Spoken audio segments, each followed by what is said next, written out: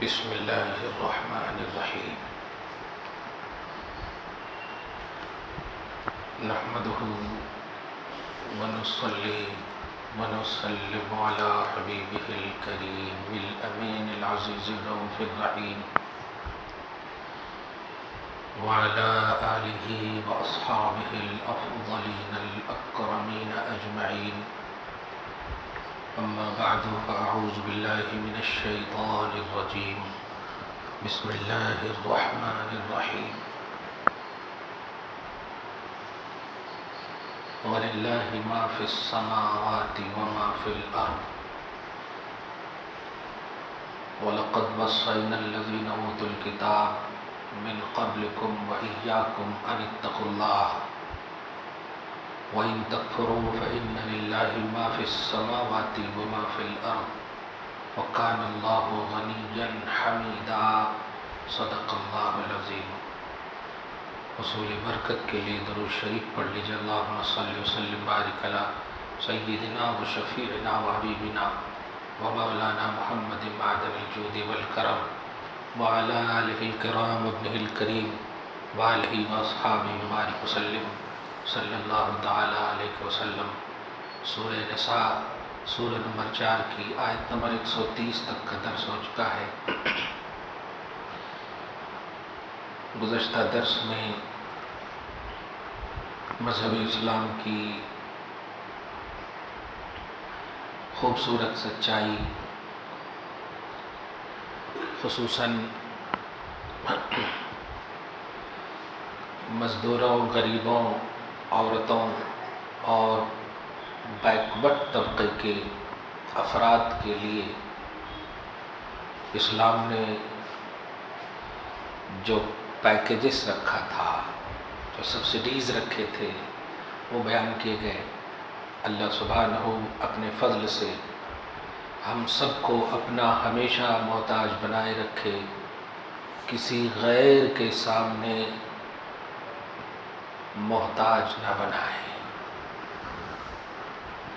آیت نمبر 130 سے درس کا آغاز ہے۔ اللہ سبحانہ فرماتا ہے وَلِلَّهِ مَا فِي السَّمَاوَاتِ وَمَا فِي الْأَرْضِ، اور اللہ ہی کی ملکیت ہے، اللہ ہی کے لیے ہے، اللہ ہی کا ہے وہ تمام جو آسمانوں میں ہے اور وہ تمام جو زمینوں میں ہے۔ آسمان و زمین کی ساری چیزیں اللہ ہی کی ملکیت ہے۔ آپ ہم سب صرف اور صرف یہاں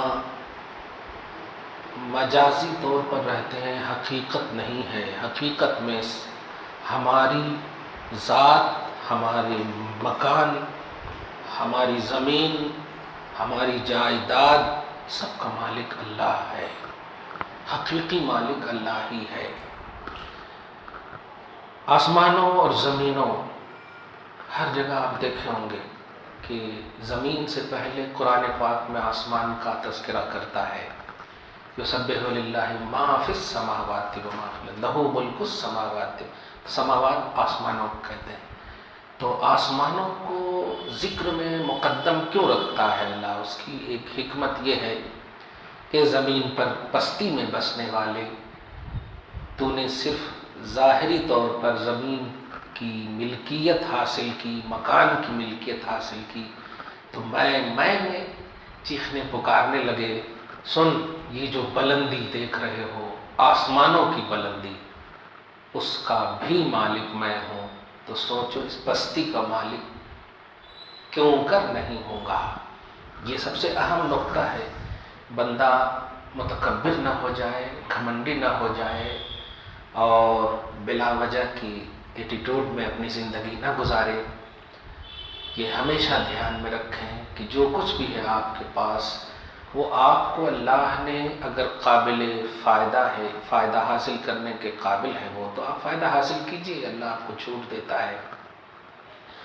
لیکن خود ذات اور خود کی تمام کمائیوں کا جو کچھ بھی پہلو ہے، سب کا مالک حقیقی اللہ ہی ہے۔ وہ چاہے تو لمحے میں آپ کو غریب کر دے، وہ چاہے تو لمحے میں آپ کو مالدار کر دے، اسی کی چاہت پر امیری اور غریبی ہے۔ آپ اس عقیدہ توحید پر قائم رہیں۔ آگے فرماتا ہے جو نہایت ہی آج کی تدریس اور درس کا بڑا اہم عنوان ہے، فرماتا ہے وَلَقَدْ وَصَّيْنَا الَّذِينَ أُوتُوا الْكِتَابَ مِنْ قَبْلِكُمْ وَإِيَّاكُمْ أَنِ اتَّقُوا اللَّهَ۔ کیا کہنا ہے، بڑی غور سے سنیں یہ آیت کریمہ کا ترجمہ کہ تحقیق کے ہم نے ان لوگوں کو بھی حکم دیا جنہیں کتاب ملی، توریت، انجیل، زبور، پچھلی امتیاں یہ بول سکتے ہیں، اور وَإِيَّاكُمْ، اور تمہیں بھی یہ حکم دے رہے ہیں۔ کس بات کا؟ کیا حکم دیا؟ أَنِ اتَّقُوا اللَّهَ، کہ صرف اللہ وحدہ لا شریک سے ڈرنا، یعنی ایک اللہ سے ڈرنا، پرہیزگاری کا حکم یہ امت محمدیہ ہی کو صرف نہیں ہے، یہ توریت اور انجیل کے حاملین کو بھی ہے، جو اپنے آپ کو یہودی یا عیسائی کہتے ہیں۔ ریئل میں اگر وہ توریت اور انجیل کا مطالعہ کرے تو اس میں بھی یہی ملے گا کہ ہم کو صرف ایک اللہ کو ماننا ہے، ڈرنا ہے اسی سے۔ لیکن یہودیوں نے عزیر علیہ السلام کو باپ مان لیا، عیسائیوں نے عیسیٰ علیہ السلام کو باپ مان لیا۔ تو باپ بیٹے کا رشتہ ڈر کا نہیں ہوتا ہے، خوف کا نہیں ہوتا ہے، وہ تو رسپیکٹ کا ہوتا ہے، احترام کا ہوتا ہے۔ لیکن خوف اسی کے دل میں آئے گا اللہ کا جو اللہ کو معبود سمجھتا ہو، خالق سمجھتا ہو، باپ بیٹے کا رشتہ جیسا نہ سمجھتا ہو۔ اسی لیے اس آیت کریمہ سے ایک عقیدہ ملا کہ تقویٰ ایک ایسا کانسیپٹ ہے جو صرف امت محمدیہ ہی کو نہیں بلکہ ساری امتیوں کو، سارے نبیوں کی امتیوں کو یہ حکم ملا۔ وَإِيَّاكُمْ أَنِ اتَّقُوا اللَّهَ، تمہیں بھی یہ حکم ہے کہ تم بھی اللہ کا تقویٰ حاصل کرو، پرہیزگاری حاصل کرو، اللہ ہی سے ڈرو۔ عقیدہ توحید کا عقیدہ آپ کو ہم کو ملا کہ صرف اللہ یہ چاہتا ہے کہ ہم نے زمین پر تمہیں ٹھہرایا، بسایا اور محنت و مشقت کے لیے کیپیسٹی عطا کی اور طاقت عطا کیے، تو یہ سب ہم نے جب عطا کیے ہیں تو میری بھی تو کوئی چاہت ہوگی نا عطا کی۔ آج ہمارا معاشرہ، ہمارے والدین، ہمارے باپ، اگر ہم زیادہ خدمت کریں اپنے ماں باپ کی تو ہمارے ماں باپ ہمیں زیادہ چاہنے لگتے ہیں۔ دوسرے بیٹے اگر خدمت نہ کریں تو نہیں چاہتے، کہ معاشرتی جملے اور پہلو بول رہا ہوں، صحیح ہے؟ یہ چاہت کا ایک کانسیپٹ دیکھیے، آپ سمجھیے اس بات کو، اور یہ ہے بھی صحیح۔ آپ بارگاہ رسالت میں آپ جائیں تو حضور پاک صلی اللہ علیہ وسلم کو حسین سے بہت پیار تھا۔ اس کا یہ مطلب نہیں کہ صحابی دوسرے صحابی سے پیار نہیں تھا، ایسا نہیں ہے۔ یہ ریجیکٹڈ والا نظریہ نہیں ہونا چاہیے، یہ نگیٹیوٹی نہیں آنی چاہیے۔ ماں باپ اگر کسی بیٹے کو چاہ رہے ہیں تو چاہیں، یہ قلبی چیز ہے، اس پر اختیار نہیں ہے، لیکن دوسرے کو پیار سے محروم نہ کیا جائے، دوسرے کو حقوق سے محروم نہ کیا جائے۔ یہ پہلو کو جب دھیان میں رکھیں گے تو آپ ذرا چاہیے اور آئیے اس بات کی طرف کہ اللہ کیا چاہتا ہے کہ مجھے مانو، مجھے مانو۔ ہم نے ابھی ایک جملہ کہا کہ زیادہ خدمت کرنے والے کو بھی چاہیے، روکا نہیں، لیکن جو نہیں کرتے خدمت ان کو بھی حقوق سے محروم نہیں کر سکتے۔ آپ اللہ کی بارگاہ میں آ کر اس بات کو محسوس کریں کہ اللہ نے آپ کو کیا نہیں دیا۔ آج ایک کی طرف مائل ہو جاتے ہیں، سارا جائیداد کی بات کرتے ہیں، دوسرے کو آگ کی بات کرتے ہیں، وغیرہ وغیرہ سب جملے آتے ہیں۔ وہاں پر ڈویژن ہے، اس لیے یہ پہلو ہے، لیکن سب سے پہلی چیز آپ کو کہوں اللہ نے کیا دیا؟ آپ کو وجود دیا، پردہ عدم سے وجود عطا کیا۔ آپ نہیں تھے، آپ کو ہونا دیا، آپ کی سانس چل رہی ہے، آپ کے پاؤں ہاتھ سلامت ہیں، یہ ساری چیزیں آپ محسوس کر رہے ہیں۔ آپ اپنے ہاتھ پاؤں کے جسم کے ایک بال بھی پیدا کر سکتے ہیں؟ نہیں کر سکتے۔ 10 منزلہ مکان اٹھا سکتے ہیں آپ پیسوں کے بل بوتے، لیکن آپ ایک بال بھی پیدا نہیں کر سکتے، ایک ناخن نہیں پیدا کر سکتے۔ کتنی نعمتیں اللہ نے آپ کو دی ہے، اسی کو اللہ پاک نے کہا غور کرو، میں نے تم سے کیوں مانگا؟ کیا اس میں میرا بھلا ہے، میری بھلائی ہے؟ نہیں، اس میں بھی تیری ہی بھلائی ہے، تیری ہی بھلائی ہے۔ تقویٰ ایک عمل ہے اور عمل کا ثواب اور بدلہ ملتا ہے، اور اللہ بدلہ لینے سے پاک ہے، وہ تو دینے والا ہے۔ تو مانگ جو رہا ہے، آپ کو دولت دیا، جان دیا، جسم دیا، طاقت دیا، توانائی دیا، سب کچھ دیا، خوشیوں کے ہر اسباب عطا کیے، یہ اس کے باوجود جو وہ مانگ رہا ہے، اس مانگ کا بدلہ بھی آپ ہی کو مل رہا ہے۔ کمال ہے۔ ہمارے ماں باپ، ہم خدمت کرتے ہیں تو ملتا ہے زیادہ، ان کو فائدہ ہے، صحیح ہے کہ نہیں؟ ان کو فائدہ ہم نے دیا، ان کو کھلایا پلایا، سب کچھ کیا۔ یہی فرق ہے والد میں اور خالق میں۔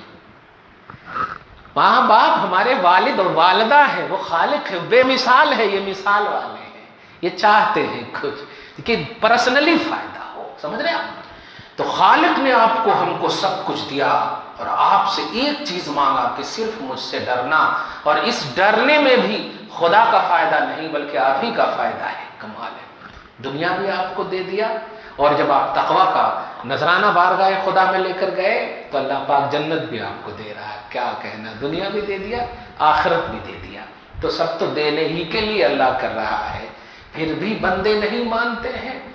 یہی سرکشی ہے، یہی فساد ہے، یہی بلا وجہ کا ایٹیٹیوڈ ہے، یہی غرور اور گھمنڈ ہے جو اللہ کی بارگاہ میں جب ساری چیزیں فنا ہو جائے گی تو وہ اللہ خود فرمائے گا، تم میں چیختے چلاتے تھے، لمن الملک اليوم، آج بتا کس کی ملکیت کی بات کی جائے گی؟ سارے پڑے ہوئے ہوں گے، خود اللہ سوال کرے گا، لمن الملک اليوم، آج کس کی بادشاہت ہے؟ دنیا میں تو کہتے تھے میں مالک ہوں، میں مالک ہوں، میں مالک ہوں، آج کس کی بادشاہت ہے؟ کوئی ہے ہی نہیں، تو جواب کون دے گا؟ اللہ پاک فرمائے گا للہ الواحد القہار۔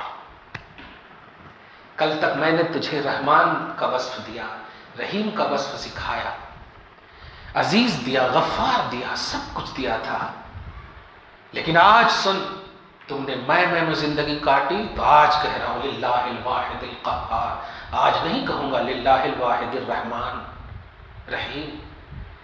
میں نے بہت موقع دیے، 60-70 سال کی عمریں دی، خوشیوں کے ماحول دیے، تکلیفوں کی گھڑیاں دی، ہر حال میں نے کہا مجھے پوجنا، میری عبادت کرنا، میری بارگاہ میں تقویٰ، میری طہارت و پاکیزگی میری بارگاہ میں لانا، اور اس کا ثواب دوں گا، مجھے کوئی فائدہ نہیں۔ آج فرمانا للہ الواحد القہار، آج کسی کی نہیں چلے گی، آج واحد قہار کی چلے گی۔ ذرا غور کریں گے نا، وہاں پر متکبرین اور گھمنڈ اور غرور کی دنیا میں بسنے والے جو خدا کو پوجتے نہیں، خدا کی بارگاہ میں تقویٰ و طہارت کا پیمانہ اور نذرانہ نہیں لے گئے، ان کے لیے قہار ہے۔ یہیں سے آپ کو ملا کہ جو لوگ اللہ کی بارگاہ میں تقویٰ کا نذرانہ، پرہیزگاری کا نذرانہ، عبادتوں کا نذرانہ، توحید کی ریئلٹی کے ساتھ نذرانہ لے گئے ہوں گے، تو یقیناً ان سے کہے گا اللہ میں رحمان آج بھی تیرے لیے، میں رحیم آج بھی تیرے لیے، میں غفار آج بھی تیرے لیے۔ معلوم ہوا قہار اللہ کو نہ ماننے والوں کے لیے ہے، اور رحمان و رحیم ماننے والوں کے لیے ہے، خاص طور سے میدان آخرت میں، ورنہ رحمان تو اللہ عام ہے دنیا میں۔ اللہ آگے فرماتا ہے کہ سنو، ہم نے صاحبان کتاب، جتنے بھی اہل کتاب ہیں، سب کو ہم نے اللہ سے ڈرنے کہا تھا۔ وَإِن تَكْفُرُوا، اور جن لوگوں نے کفر کیا ان کا انجام تم نے دیکھ لیا۔ میں نے آدم کو اپنا صفی بنایا، اور جو کچھ میں نے انہیں دیا، انہوں نے جب پیش کیا خصوصاً اپنے بیٹوں پر، ایک بیٹے نے مانا، ایک بیٹے نے نہیں مانا۔ حضرت حابیل سلام اللہ علیہ نے مان لیا، قابیل نے نہیں مانا۔ دیکھا قرآن میں، آپ پارہ نمبر 6 میں اس کا درس دیکھیں گے، اللہ فرماتا ہے کہ حابیل کو اللہ پاک نے متقیوں کا درجہ اور بیس آف تقویٰ بتا دیا، اور قابیل کو کہا کہ تم نے قتل کیا ہے نا، اب آدھے جتنے بھی لوگ ہوں گے، روایتوں کے حوالے سے بول رہا ہوں، قتل کرنے والے، ناحق قتل کرنے والے، اپنے نبیوں کو نہ ماننے والے، وہاں بیٹے اور باپ کا رشتہ نہیں. حضرت آدم علیہ السلام اللہ کا پیغام دے رہے تھے، اپنی بات نہیں کہہ رہے تھے، اپنی ٹریننگ نہیں تھی، یہ باپ کی ٹریننگ نہیں تھی، یہ اللہ کی طرف سے وحی تھا، وحی تھی، پیغام تھا. نہیں مانا تو اللہ فرماتا وَإِن تَكْفُرُوا، جو کوئی بھی کفر کیا تو انجام دیکھ لے قابل کو کیا حشر ہوا. آپ دیکھیں گے آدھی قتل کرنے والوں کی جہنم ان کو ملے گی، آدھے میں جائیں گے دوسرے، کیونکہ بنیاد بن گئے نا وہ. اور اچھائی کی بنیاد ڈالنے والوں کو قیامت تک اس پر عمل کرنے والوں کی اچھائی سینڈ ہوتی رہے گی، اور برائی کی بھی بنیاد جو ڈالیں گے قیامت تک اس پر عمل کرنے والوں کو بھی سینڈ ہوتا رہے گا. یہ بیس ہے. کوئی بھی چیز آپ فرض کیجیے، آپ نے فجر کی نماز کے بعد اب 100 مرتبہ درود پڑھنے کا ایک رواج دیا گھر میں. اب آپ کی نسل در نسل پڑھتی رہے گی تو بنیاد آپ نے ڈالا ہے، تو نسلوں کا ثواب بھی ملے گا آپ کو تو ملے گا ہی آپ کا، آپ نے جو پڑھا ہوگا، لیکن آپ کی نسلیں جو ان کو بھی ثواب ملے گا. اور اگر آپ نے فلم دیکھنے کی بنیاد ڈالی، سیریل دیکھنے کی بنیاد ڈالی، نسل در نسل چلتی رہی، سارا عذاب آپ کو ہوگا. یہ ہمارا پہلو صرف نہیں کہ ہم نے جو کر دیا کر کے چلے گئے، نہیں، کرنے کے بعد بھی اگر اچھائی آپ کی چلتی رہی، رننگ میں رہی، لوگوں کے درمیان رائج رہی، تو یاد رکھیے گا اللہ پاک اچھائی ہے تو ثواب ملے گا، برائی بھی ہے تو آپ کو عذاب ہوگا. اللہ پاک آپ کو ہم سب کو صحیح چیز بنیادی طور پر رکھنے اور ڈالنے کی توفیق نصیب فرمائے. آگے دیکھیں وَإِن تَكْفُرُوا، اگر تم کفر کرو گے فَإِنَّ لِلَّهِ مَا فِي السَّمَاوَاتِ وَمَا فِي الْأَرْضِ. پھر یہاں پر دیکھیے تم کیا سوچتے ہو، کفر کر کے دنیا میں 60 سال 70 سال تک بھی اگر حکومتی دنیا میں بھی قائم رہ جاؤ، پھر بھی یہاں تو جانتے ہو یہ دنیا مردار ہے، مردار کو کتے کھاتے ہیں. ہم تو اس لیے جیتے ہیں تاکہ اللہ کی عبادت کر سکے. مومن کا جینا برائے عبادت ہے، مومن کا جینا برائے طعام و قیام نہیں ہے. قرآن کہتا ہے لَكُمْ فِي الْأَرْضِ مُسْتَقَرٌّ وَمَتَاعٌ إِلَىٰ حِينٍ. اے آدم تم جاؤ اور سب کو سنا دو کہ یہاں ہم آئے ہیں، سنو، ایک وقت مقررہ تک کے لیے آئے ہیں. جس خدا نے ہمیں بھیجا اس خدا کو یہاں رہ کر کے مانیں گے، لوٹیں گے تو پھر ہمیشہ کی وہ زندگی ہے. یہ زندگی ہمیشہ کی نہیں ہے. تم کتنا کیا کرتے ہو، کفر کی دنیا، شرک کی دنیا، کیا کیا تم چھین کر کے، کیا کیا تم باطل عقیدے کی بنیاد ڈالتے ہو. یاد رکھنا تم صرف نہیں ڈال رہے ہو، قیامت تک جو اس پر عمل کریں گے وہ سب کا عذاب تم کو ہوگا. سوچو، ایک تکلیف برداشت نہ کر سکے، آپ کسی نے ہاتھ توڑ دیا برداشت نہ کر سکے، سر پھوڑ دیا برداشت نہ کر سکے، لوگوں کے تمام برائیوں کا بدلہ آپ کو بھی ملے گا، کیسے برداشت کرو گے آپ؟ چنانچہ جو کفر کریں گے وہ کہہ پڑیں گے یا لیتنی کنت ترابا، اے کاش کہ اس عذاب کو دیکھنے اور جھیلنے سے پہلے ہم مٹی ہو جاتے. لیکن یاد رکھیے ہم نہیں وہ تمنا کرتے، ہم کہتے ہیں اللہ جب تک زندہ رکھ، اچھے سے رکھ، موت بھی دینا تو اچھے سے دینا. ہم یہ تمنا نہیں کرتے. اللہ پاک آپ کو ہم سب کو اسی پر قائم رکھے. فرماتا ہے اگر کفر اور شرک کرو گے تو یاد رکھنا آسمانوں اور زمینوں میں جتنی بھی چیزیں ہیں سب کا مالک اللہ ہی ہے. وَقَانَ اللَّهُ غَنِيًّا حَمِيدًا، اور اللہ بے نیاز ہے. نیاز مند تو تم ہو. تم نے میری ڈھیل کو توفیق سمجھ لیا، تم نے میری مہلت کو توفیق سمجھ لیا. نہیں نہیں نہیں نہیں، یہ میری ڈھیل ہے، یہ موقع ہے، اس کو غنیمت سمجھ کر آ جاؤ، یو ٹرن کر لو، خدا کی بارگاہ میں جھک جاؤ، مان لو مجھے. ورنہ نہیں مانو گے تو تیرا ہی برا ہوگا.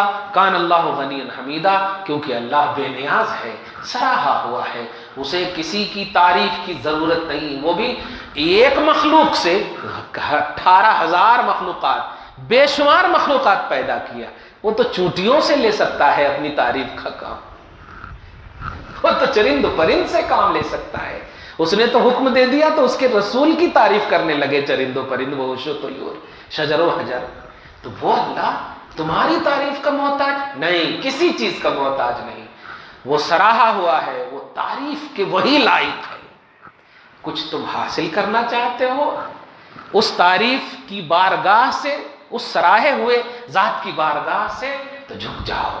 مان لو اس کو، تمہارا بھلا ہوگا، ان کا اللہ کا کچھ نہیں برا ہوگا۔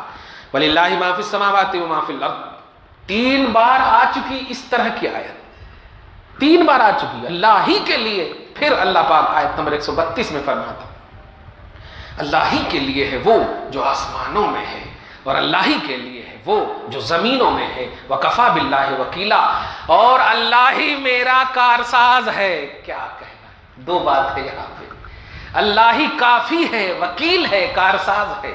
اے دنیا کے وکیلوں، تم فائل کھولنے کا 20,000 10,000 لیتے ہو، فائل رکھنے کا 20,000 10,000 لیتے ہو، یاد رکھنا وکالت ایک اللہ کی بڑی نعمت ہے، یہ اللہ کا وصف ہے۔ اس وصف کی آڑ میں آ کر، اس وصف کے سائے میں آ کر کام کرو گے تو وکیل حقیقی تمہیں یقیناً غیب سے ایسی مدد کرے گا کہ تم بس محتاج کی مدد ہی کرو گے، مجبوروں کو، لاچاروں کو۔ آج کی تاریخ میں تو جب سنتا ہوں ڈاکٹروں کے حوالے سے، وکیلوں کے حوالے سے، اور اب آ گئے ہیں پولیس والے بھی، ان تینوں کو بس آج کی تاریخ میں ایک ہی جملہ منہ سے نکلتا، امپاسبل بخشش ہے۔ ایسے ان لوگوں کے نظریے دیکھ کر کے، اللہ ماشاء اللہ میجارٹی اور کثرت کی بنیاد پہ بول رہا ہوں میں، کیا ہو رہا ہے؟ 2 روپے کی چیز 200 روپے میں، مرے ہوئے کو بھی ڈکلیئر نہیں کر رہے ہو یار، مرے ہوئے بھی ایمبولینس میں تو اس کا بھی پیسہ لے رہے ہو، کھانسی میں کوئی مر رہا ہے تو اس کو آپ کورونا بول کر کے آپ 8 لاکھ 10 لاکھ کا بول رہے ہو۔